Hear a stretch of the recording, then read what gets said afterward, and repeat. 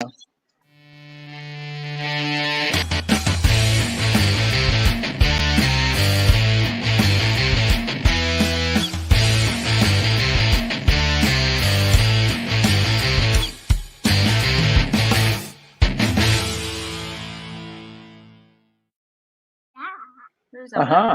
morning. Did you enjoy that, CJ? Isn't that cool? Well, it's Saturday morning. It's time for brunch. So I'm hoping everyone can hear. We're knackered. I can hear CJ, so that's all right. So, good morning, everybody, and welcome. Different location today. So I'm at Starbucks in Paradise Street in Liverpool. I think Dani's still at home. So, a bit of a different location. Yes, mate. Yes, CJ. Outfit for we do starfish. You do starfish. You do Starbucks. Oh. I'm in Starbucks. You do starfish. Coffee. But close. So, it's Saturday morning, brunch time. So, how's your week been, Dani? Let's start off with the week. How's your week been? My week's been pretty good, actually. I think my week been on the up from last week.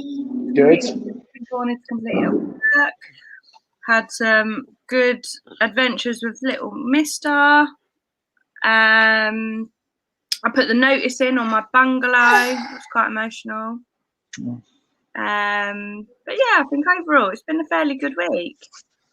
So what do you think has been different this week to last week? Remember last week we were having a bit of a challenge. What do you think has been different?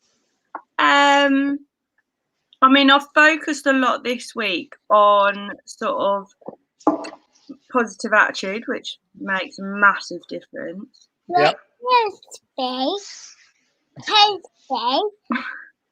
Yes, mate.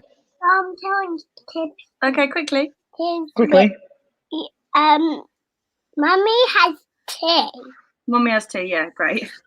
All right, Yeah, right. Mummy has tea. You had a good week. Yeah. What's been the best part of your week?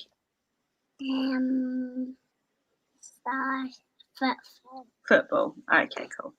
Excellent. Yeah, no, I've had like a lot of time this week. My mornings have been quite productive, which for me makes a massive difference to my day. So I get up quite early. I get up about 5:30, and I've been doing like the general Potter about housework jobs that you do in the evening. I've started doing them in the morning. Right. I'm knackered in the evening and I can't be bothered. Whereas in the morning, sort of make my coffee, do last night's pots, tidy up the living room. I'm still leaving my house in the same condition as I would have done having done it the night before. However, I have a bit more energy for it in the morning. So that's made a big difference. I think it's been less like a drag and less of effort and work. Yeah. And more of just a task. Which has been quite good. Can you please share? And it's interesting because we know we have these debates before online to this. We were talking about. So obviously this week I had a big. I did a presentation or a seminar to people on the power of journaling. And I actually dug out. I didn't realise it. All my 4 years worth of journals since starting my recovery. So I've got a big pile of them. And flicking back, and I can actually correlate my bad weeks with the weeks I didn't journal and I didn't record what I was doing. So I can actually flick through it, and there's some blank bits in the journals. I'm going, yeah, I remember that week. Because I can actually remember not doing it and why I didn't do it, which is a bit odd because you think your memory, you look at it and go, what was happening then? But I can actually, and I can remember. Just that power of journaling, that power of schedule, of routine, of following what you need to do. People go, well, what about spontaneity? What about things? I said, yeah, but when I'm planning things, if I want to achieve what I need to achieve, and if you're on a journey of, weight loss, transformation, recovery, dealing with an issue, dealing with financial challenges, dealing with moving relationship challenges, if you leave things to chance, you're opening the door for doubt. You're opening the door for bad decisions. 100%. And I think, again, we're talking about positivity and that. And I know we did appreciation and gratitude last week, but I have to keep talking about it because I think, an example, you and I this morning, right? The message you sent me last night in the car from CJ going, "Hi, Tips." It was really simple, but that really lifted me. And I'm thinking that was great. And then obviously I sent the videos of dogs, and then you sent a video back, and the way it lifted my spirits, and I wasn't having a bad day, but my morning just went really quite happy in the space of like 20 seconds, because I wouldn't have done that video of the dogs to send to CJ, but doing it was quite exciting. Yeah, the dogs loved it, and do you know what I mean? So it doesn't take. What did that cost us? Absolutely nothing. Nothing. 5 minutes, not even. And what did CJ do? CJ loved it. CJ loved it, and both of us since then, we've been upbeat, we've been bubbly, we've been like energetic, and it's like I have a reminder that goes off at 6 a.m. on my phone, and it says it's going to be a great day. And I make a point when that reminder comes on, I have to say it out loud, even though I've read it, and it comes on every single day, so I know exactly what it says. But as soon as I hear my phone now, I don't even have to look at it, but I have to say it out loud. It's going to be a great day. And CJ's awake and up, then he'll hear me say it, and then he'll say, "It's going to be a great day, Mum." And I just think positive affirmations, like early in the morning, they do really set up your day. Like, they do put you just in the right headspace to face your day, regardless. Even if you're planning on having an absolute great day, like everything you've got on is something that's going to be good and fun. Great, like awesome. But same if you're just going to work and it's going to be an average, boring day, set it up to be a great one. Correct. You have the power within you to make you have the power to decide if it's going to be a good day or bad day, because you have the power to decide if somebody else's actions are going to affect you or not. Because guess what? If somebody else is having a crappy day, you could decide to join in their crappiness, or you could try and lift them, or you can get on with your own stuff. Leave them in their life. You can give them a pat on the back. If you go and lift somebody and they just like grumpy back, you go smile and carry on with your happiness, because you have the impact. It's your choice to be affected by other people's attitudes and other people's behaviors. It's your choice, and I'm saying that to people all the time. It's like, bring it back to emotions. When people go, "Well, I'm eating at somebody that made me really angry." How did they make you've given them to make you angry? Nah, fuck it. Well, sorry. I mean, forget it. It doesn't matter. You're giving people that power. Nobody can make you angry. You can make yourself angry. People's actions could irritate you, frustrate you, but you're the person allowing that to happen. And I think it's a long journey to get to that point of, realization or affirmation, all that, to go, okay, I'm not, we're not all going to be a juniors here. We're not all going to be a shy monks and be able to sort of level the word. But I can promise you, even the junior has times when he's like, "Arr," but guess what? He's got the skills to go back down to chilled out in a fraction of a second. Yeah. And I think, for us, I think if you look at the journey we're on, Dani, it's like we're still going to get annoyed. We're still going to get peed off. We're still going to get frustrated because we're on this journey. But that doesn't mean to say you get affected by it. Yeah, I mean, one thing for me that I do struggle with, and it is a battle, but it's a battle I'm determined I'm going to win. And that is if somebody knocks my mood into a negative one. Prior to this journey, that would be me. I'd be in that negative mood all day. Whereas now it's about recognizing, right, that's annoyed you. That's put you in a bad mood. Can I do anything about it? If the answer is yes, do that. If the answer is no, step over it and carry on with your day. Like, you don't have to continue the rest of your day in that bad mood. No. And it's you don't. Recognizing if there's nothing you can do about it, then you have to just put it to a side, and just. And it's amazing. You remember we used to have a conversation and you said, "I've had a SH1T week," and I'm like going, "What? Every single minute?" And you're like, "Go, no, it's just been a crap week." Right? Okay, but then you go through it and thinking, actually, a couple of things happened that didn't go my way, but actually overall, it's just that what you've done is you've attached this massive importance to an event that actually probably you had no control over. Yeah, it was probably like an hour of your week that was crap. Yeah. you have no control over the mood your boss is in. You have no control over mistakes that your guys make at work. You have no control over issues that clients bring you, because you can't, because they're their issues and they're their mistakes. What you can do is minimize them and make sure that they've got enough information so they don't make them, or they learn from them. But people hang on to all of this baggage from everybody else. If you put it all in a rucksack, you'd be weighed down. You'd never be able to carry it around. But we seem to want to carry it around, and then that affects our mood. It affects our planning. And this is why I love going back to the power of journaling. In the morning, you're setting yourself up what you want to achieve, and at the end of the day, you're going to reflect on your day and go, okay, what's happened, so that you can learn and you can take it away. And if you've written it down, guess what? You're not going to bed with it, and it's not going to be festering in your mind. Because if you've written it, what did I learn? What could I do better? How will I handle it next time? Straight away, you've dealt with it, and it's not there.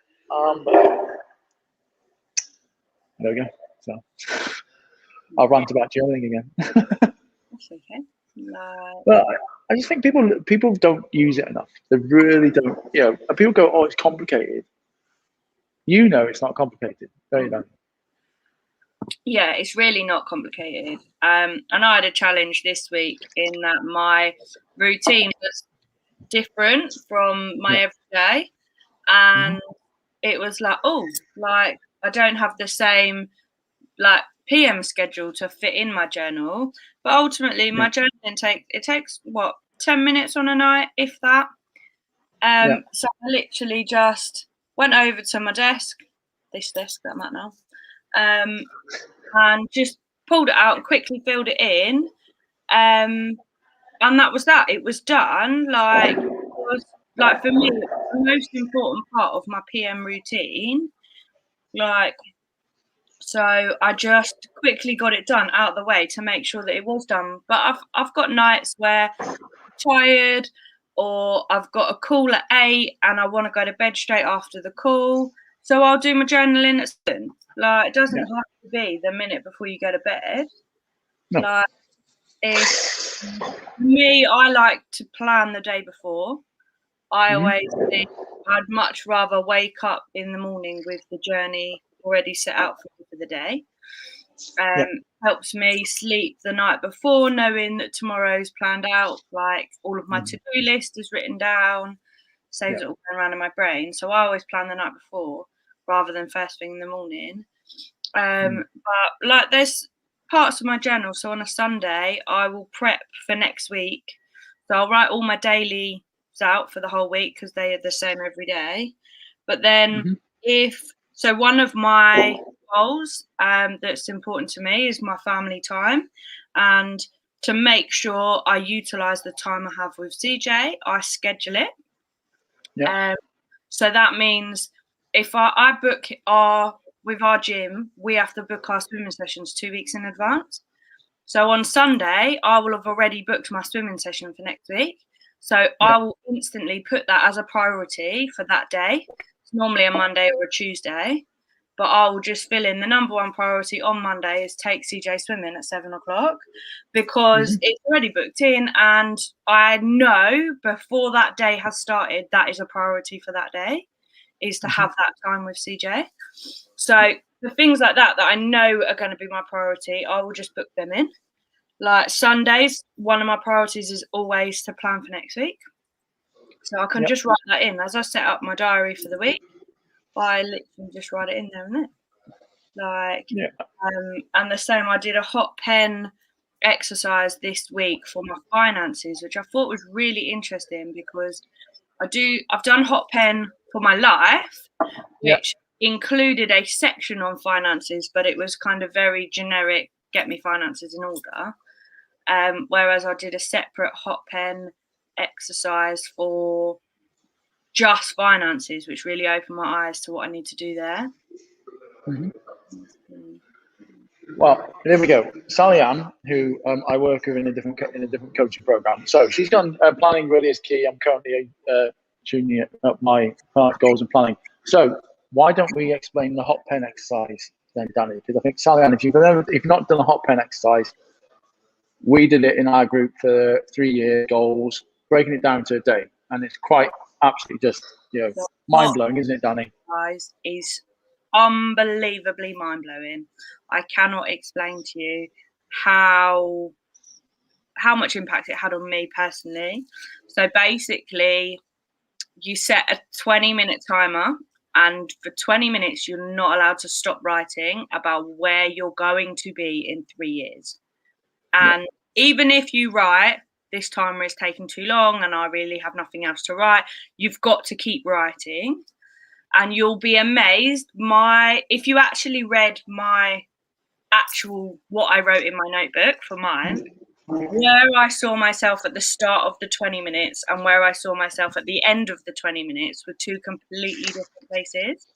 Because at the start, it was all my conscious things that I tell myself are important, but they're not my true values. And by the end of the 20 minutes, you have literally run out of everything you can think of, and all that is left is your subconscious and what you actually want to be.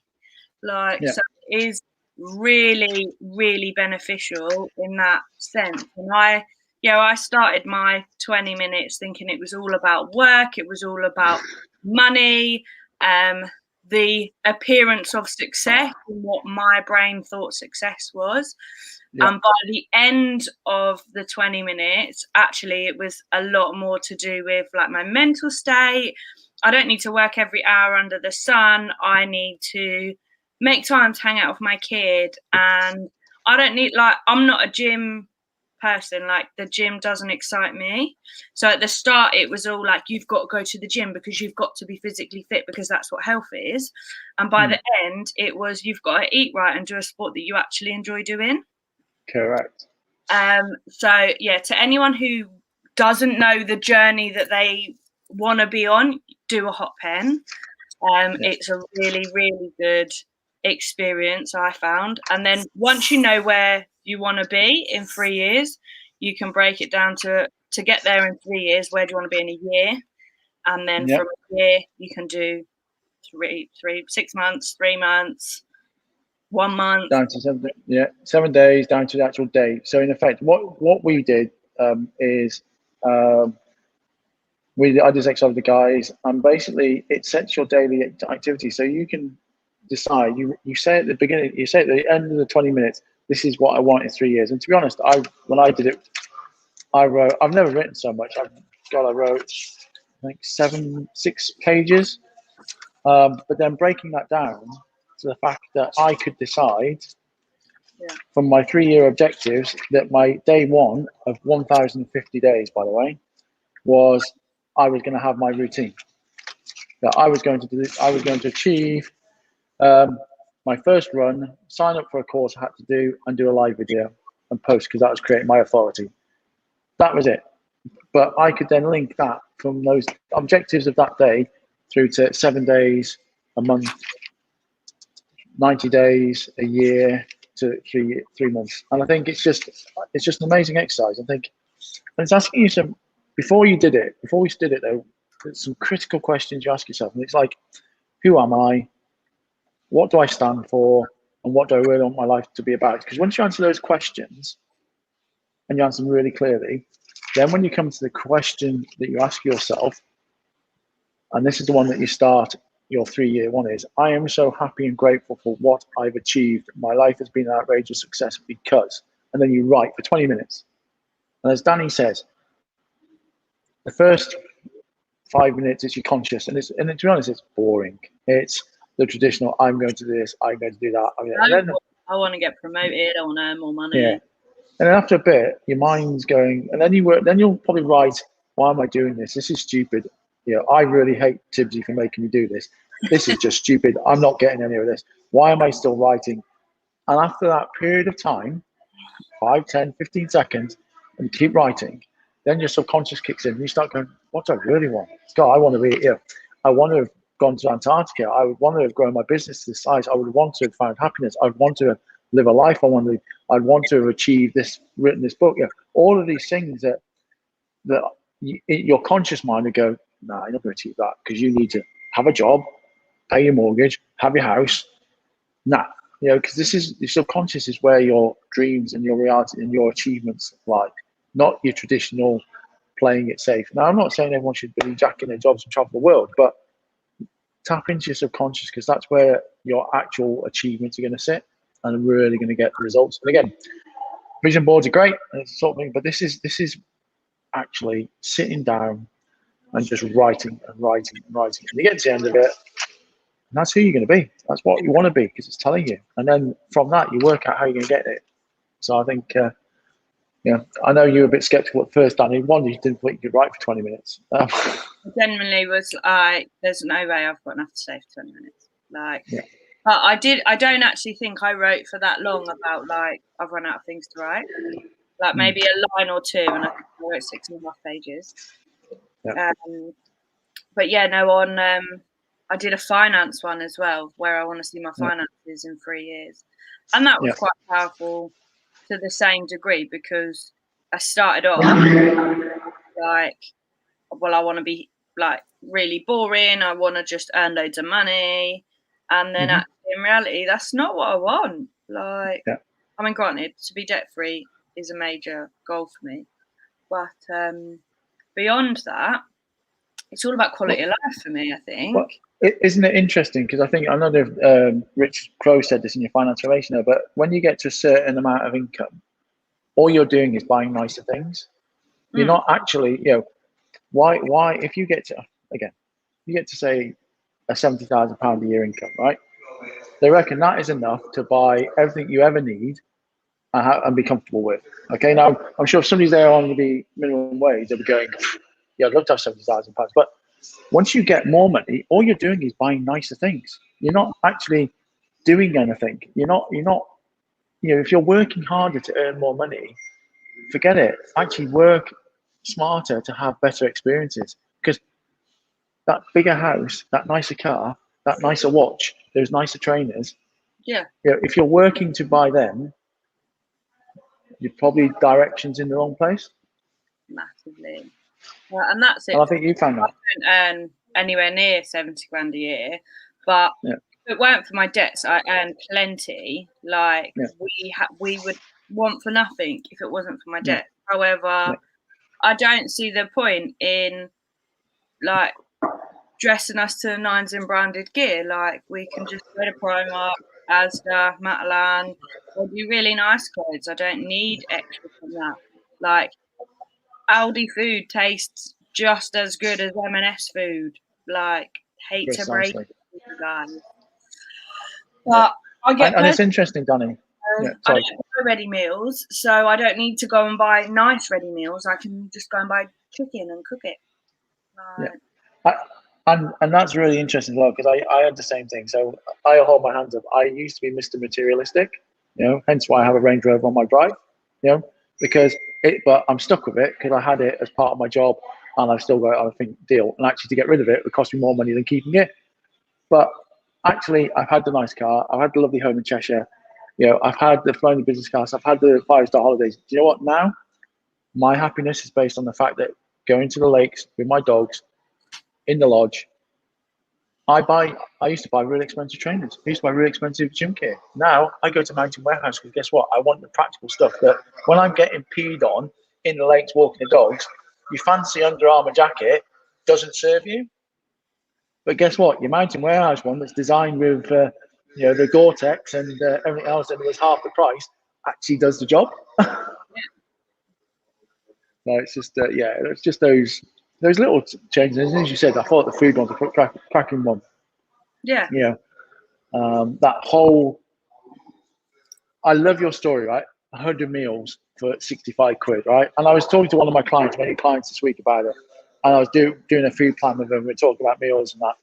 And, yes, sometimes you do have to go out and buy them. And I said, well, look, you can buy your really expensive meals at Marks & Spencer's. Or guess what? There are alternative options that you can get at Aldi. And guess what? They're equally as good. And don't get me wrong, I love Marks & Spencer's food. But I'm not going to pay £3.50 for something I could pick for £2 in an Aldi. Or actually, if I scheduled my week properly, I could make for 65p. Because as you said to me last week, the only difference between the Aldi meal and your 65p meal is you made it. All we're doing is paying for somebody to make that meal and put it in packaging. Yeah, and that's like I go out for dinner. Like I enjoy going out for dinner as much as the next person, and it is a night off from cooking, but I don't go out for dinner every night of the week. Like, but in the same, right, prime example. So this week I've got family coming tomorrow for a week. So I messaged them to say I'll do the food shop on Friday. What specific that I'm not going to have in do you want? And they don't live the same life that I live. They're not on their food journey that I'm on.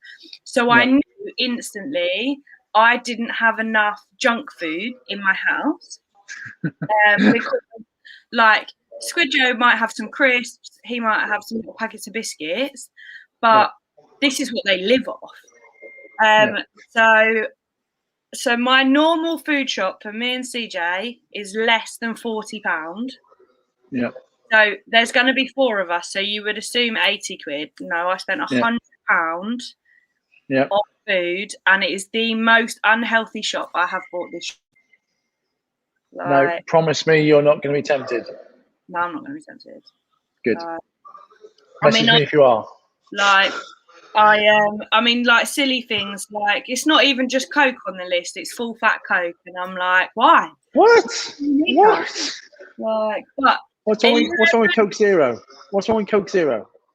That's what she asked for. I don't care. I can't. Right. It's her journey, not mine. I'm not going to drink it. One, it's caffeinated, so I'm not going to drink it anyway. And 2, it's a disgusting amount of calories for no nutritional value. Yeah, why you spunk that away? So for me, it's a complete waste. But in the same, that's her choice. She wants to consume that. That's up to her. But people that say you can't afford to eat healthily, this was more expensive. Yep. Like, and there's certain things, like, I've adapted. I don't normally drink fizzy drinks, like, especially during the week and stuff. But I know she's going to drink fizzy drinks, so I might be tempted. So I bought myself some tropical, like, zero Asda fizzy pop. So that if I want to have a drink, I can still have a drink and stick to my plan and not go over my calories. Yeah. Going to hot pen. Yes, do the hot pen. It's amazing. Sorry. But yeah, things like just going down like the junk aisles and that, and like, oh, these pack of biscuits is £1. This pack of biscuits is £1. And next thing you know, you spent £6 on what? Biscuits. Yeah. Like, and I was just like, it's gonna turn into the Dani and Chris rant about with the unhealthy costs. Do you know what? I had this, right? I did a post about it. So I was having this to and fro message conversation with somebody last week about working with me, and they're going, I'm really in trouble. I'm struggling. I'm going to McDonald's. I'm going to Greg's. I'm going to the garage. But I'm not just having a snack. I'm like really binging out. I'm going, right, okay. Fine. And how else is happening? Like 3 or 4 times a week. I went, okay. And it's just, but I know I've got a problem because I'm hiding the wrappers. I'm putting them in the bin. I even get home and I put them in next door neighbour's bin, so my wife doesn't find out. I'm going, right, okay. I says, listen, I think I can really help you. Went, oh, that's great, but you'd have to be one-to-one coaching. You went, oh, that sounds expensive. I went, well, it is because it's my time and I'm world class at what I do.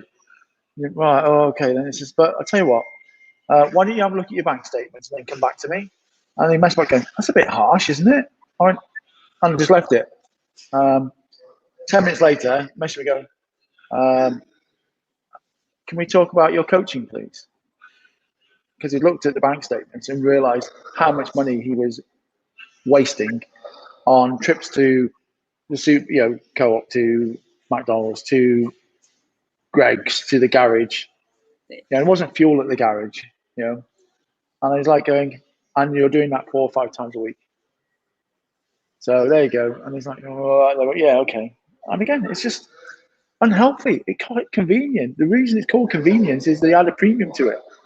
Because you're paying for somebody to do the work. Convenience. That's not a new phrase. That's been there forever. Yeah. So I find it funny when people do that.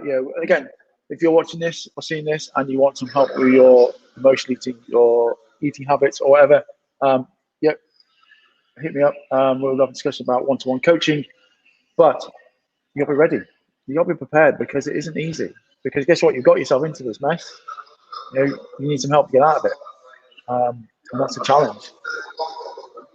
But it is doable, and you are capable of getting yourself out with the right support and training. But yeah, for me, before I started with watching what I was eating, I would easily have 3 or 4 takeaways a week, to the point where at one point CJ generally did not realise you could cook pizza at home. The only time we had pizza was when the man brought it to the door. I love it. Okay, noted. Like, yeah, that was like a real kick to. I mean, I say in my defence, I didn't have an oven, but I had a microwave oven, and I could have cooked pizza at home. But I didn't ever cook pizza at home. I always just ordered it in, and he generally thought the only way you got pizza was when the man brought it to the door. And I was horrified at how much money I spent on takeaway. And to say that I was spending 40 quid in a supermarket in a week, that at least 20 quid of that was going in the bin because it was sat in my fridge because I was too busy spending £200 takeaway. And it was. And people do it, and it's just too easy. And again, it's just too convenient.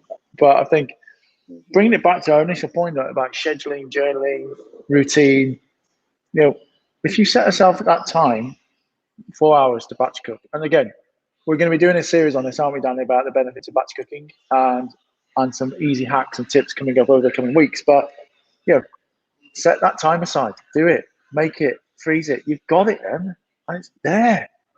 I'm working with some clients about food plans and that. And like, if you want to lose weight, you've got to be in a calorie deficit, right? But if you plan your food properly, guess what? You don't need to actually calorie count because you know what you're eating because you planned your food. And I'm not a fan of I think tracking has a place, and it's really important. I've tracked for years, right? But now I don't because I pretty know what I'm eating. But if I do need to track, I can do it. But I've been working on food plans for people that says, okay, you don't need to track your calories because we've worked it out for you.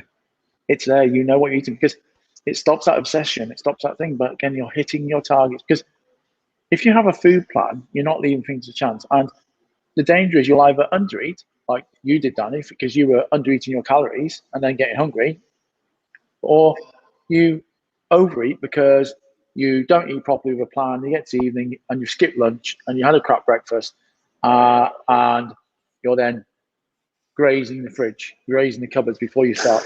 And I think, stick to food plan, having that meals, having a schedule. Yeah, you can change your mind, but guess what? If you know in your fridge that your meals are 350 to 400 calories, boom, you're sorted.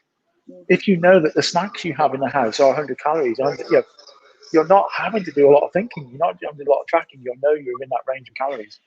So, but also, like, I'm a person who generally the mood as well as planning, and I'll plan my whole week, and I might swap things around. But also, when I plan the week, I just plan the meals, but I allow myself 300 calories a day in snacks. Generally, that's in 300 calorie snack. However, if I wanted to have a 200 calorie snack, then know that you've only got 2 snacks that day type thing. But I don't plan in advance my snacks. I see how I go because generally in the morning, I'm not bothered by a high calorie snack. So I'll quite happily have an apple or an orange or something like that. Oh, sorry, my computer's just done a funny. I'll generally have a piece of fruit, which means that come the evening, if I want to have 200 calorie snacks, I can. Because I've allowed that, and that's where I can look. We have 2 separate snack cupboards in our house. One that's CJ's, that's got his snacks in, and one that's got mine. And I generally have 4 or 5 options for my snack, and I can go there, and I'm like a kid in a sweet shop. I'm like, oh, which one do I want? And to me, that makes it more of a treat because it's not regimented, it's not strict. That's all you're allowed. You're allowed any of these. Precisely. But some of our snacks. But by having them in though, Danny, you've got them there. You're not leaving things to choice because you know that if you take a snack from that cupboard, it's either going to be 100 calorie or 200 calorie. You're not grazing the cupboard, going, I'm gonna have that biscuit, those biscuits, this biscuit. It's like, yeah, there's my snack. Whether it's a protein bar, whether it's an apple, whether it's a packet of crisps, whether it's because the thing I say to people is, don't go restricting yourself on things you enjoy. If you want to have a chocolate bar, just be a bit clever about the choice you make and don't have 4 of them. Just have 1. Exactly. Think about. The other thing for me was by making mine and CJ snacks in separate cupboards. So he's 3 and he is a small 3, so he can do with a calorie or 2 extra. Granted, I like it to be with nutritional value, but his snacks, he's still got Easter chocolate left. His snacks is likes of cream eggs, like Haribo. Like they are beyond my calorie allowance, and they're not what I want to put in my body. So when I go for a snack, I go to a completely separate cupboard. It's actually my cupboard's actually in the pantry outside in the garage, whereas his is in the kitchen. So it's not even in the same room, but completely separate cupboard. Then I'm not even thinking about what his choices are. I'm only solely looking at mine. And then also things like, so Mr. Kipling do a 99 calorie sliced range, and the lemon ones are in my snacks, which CJ calls yellow cake. And like he doesn't then eat all my yellow cake because he doesn't see it when he goes to his cupboard. I mean, occasionally he will see them as I'm buying them and then go, can I have a yellow cake? Which I don't love it. But when he wants to go for a snack, his snack choice is completely different to my snack choice. And then he picks out of his. But right, Has he still got Easter chocolate left, has he? Yeah, I'm a bit mean. Do you know that good friend of mine? Yeah. he really enjoyed the present CJ sent him, by the way. Because he got loads of like little ones because he did a couple of hunts. And so he did a hunt at mine and he did a hunt at my mum and dad's. So he had loads of them, which I preferred because they were already portion controlled. Yes. And so he's got a tray that he's still going through. Fair play to him. But, I try. Like same for him. He can. It's not about calories. It's just about he doesn't need to binge. No. So as much as if you left him with the whole tray, he is 3. He will eat the whole tray. Of course he will. He's limited to 3 snacks in a day, and only 2 of them are allowed to be like sweets. So if he had one at 11 o'clock in the morning, then after lunch said, can I have a piece of chocolate? I would probably put him off and try and wait until like later in the day. But also I don't allow chocolate directly after dinner or lunch because for me, I always associate that with dessert or pudding. And it's a habit I was in for a long time, was I could be completely stuffed with my dinner, but I was like not satisfied because I wanted something sweet afterwards, completely unnecessarily. And that was purely the habit of having pudding. Yes. So for him, like for now in our house, we don't associate snacks with meals. Good. So that you don't end a meal with a pudding. You don't end a meal with sweet food. And the likes of this next week coming, guaranteed, at least 5 dinners out of 7 will be ended in sweet food because the other family, that's what they do. Yeah. And do you know what? For CJ, that will just be a treat this week because we've got family here. I'm not going to say to him, you can't have a yogurt just because your cousin's having one. That's silly. Right. But come to next week once they've gone, and we'll just go back to normal. Like, I was going to ask you how you're going to handle that because obviously three is quite an age where they pick things up very quickly and habits get formed very quickly at 3 years of age. If you've got the family there for the week, and again he's 3, so you can't reason and say we're doing this because the family do that because he's 3. He won't get it. It is just that you're going to play along, like you said. That's what your guests are doing. So they're in your house. They're your guests. That's how you're going to look after them. And then when you get back to normal, is the same. Because I know when CJ goes to stay with his dad has different rules to you, and it can be quite of a challenge, isn't it, when you've got two households and it's like two sets of rules. It's like, well, at dad's I do this, and at mum's I do this, and at 3 it's like it's an age where they're forming identities and forming patterns of thoughts, isn't it? Massively. And like for CJ, I find it really bizarre in that you could almost walk past CJ in the street with his dad and you wouldn't recognize him because he's a completely different kid than the kids that he is with me, purely because the boundaries are so different. But he very much understands, because especially at my house, the boundaries are quite strict. So therefore, regardless of what he has at his dad, I cannot control what happens at his dad's house. It's not possible. So prime example, this week we are giving up his dummy at bedtime. So we call it a diddy in our house. So we're giving up the diddy, and he did Sunday, Monday, Tuesday, no diddy. I think he did Saturday, Sunday, Monday, Tuesday, no diddy. And then he went to his dad's. Wednesday night he goes to his dad's, and straight away I got a message from his dad, upset that CJ wasn't allowed his diddy, and he will be having his diddy in my house. That's fine. There's no point in me having that argument to say he doesn't need it. Do you know what? It's your house, your rules. Okay, fine. You do what you're going to do. So with me, CJ has an incentive to do a week with no diddy. So all I've done is move the goalpost from a week to 7 nights in mum's house. And so now, instead of him getting his prize on Saturday before our guests arrived, I phoned our guests to say, look, I know you're out on Sunday, but CJ's 7th night is Sunday night.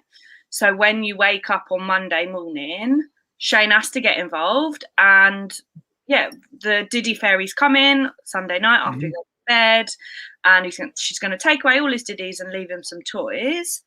And so when he gets up on Monday morning, I've just disguised the goalpost in a different manner.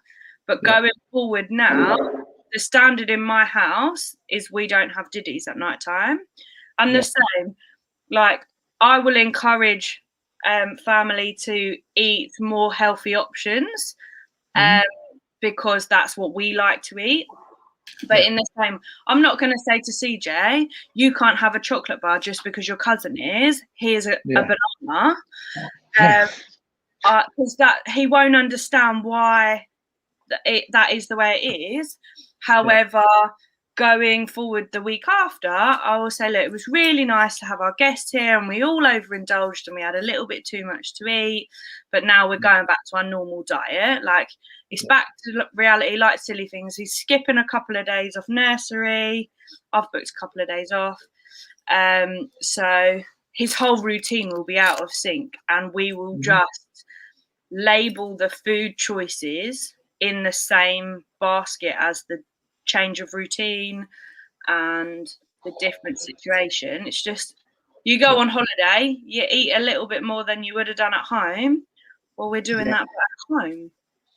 And I think you watch, it might even be interesting. CJ might surprise you this week when you go, actually, I don't want a chocolate bar, I'll have a banana, please, mum. He might do. And he might convert his cousin. You never know. Like, I've done a few swaps. So there was a few things on their list, like branded yogurt drinks, which are ridiculously expensive, and it really hurt my heart buying them. But I bought a pack of 4, and then I went to Aldi and bought Aldi's yogurt drinks. And I've said to once they've drunk a yogurt drink, I'll wash the bottle out and fill it up with Aldi's. Like, get in. That's what I like to see. I'm not going to spend a whole week, because I can't say to CJ, you can't have one of these yogurt drinks because they're too expensive, even though Shane gets to have one. That's not fair.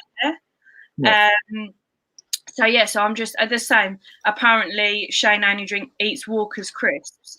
So I've bought him like bags of Walker's and a massive thing of Aldi crisps. And when I'm serving them crisps in a bowl, I'll give him a packet of crisps in a bowl and give CJ a packet of crisps in a bowl.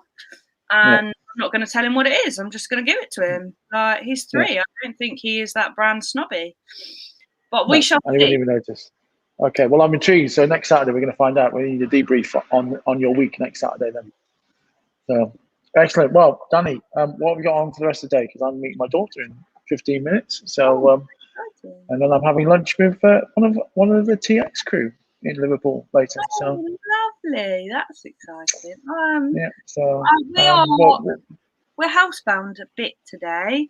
Got some bits to do just to get ready for everyone coming, make the house a bit easier. We've got blow up beds going up because I live in a 2-bed house and use both bedrooms. Yeah. So bit of housework. Probably go. We compromise when we're both here because I want to walk and get steps in, and CJ finds walking boring. So we generally walk to the park. And there we are. Compromise. So we'll probably do that. Go and get. Is it the furthest park away you can find? No, not quite. Well, there's one really beautiful walk around the lake that happens to have a really big park at the end. And if the weather's nice, then we'll do that. But if the weather's crappy, then it's quite mushy and slushy. Yeah. And I've heard a rumour it's nice this weekend in your part of the world. Yeah. Yeah, no, we're meant to be really nice this weekend. Yeah. I'm hot as well, apparently. And Monday, cool. Tuesday. Oh, yeah, Monday, Tuesday, yes. Right, super. Well, I thank you very much, Sally Ann. She said, brilliant, guys, have a great day. Thank you very much. You too, Sally Ann. Thank you for watching with us. And thank you everyone for watching and listening. And if you're watching this on replay, #replay, please, for the algorithm, because I say it every time. And if you're listening to us on the podcast, please like it, share it, and leave us a comment. Thank you very much again, Dani, for your time on Saturday morning. And thank you for having me. And thank you everybody for watching, listening, and we will see you all next week. And thank you, CJ, for your input as well. Right, we'll see you all later. Bye.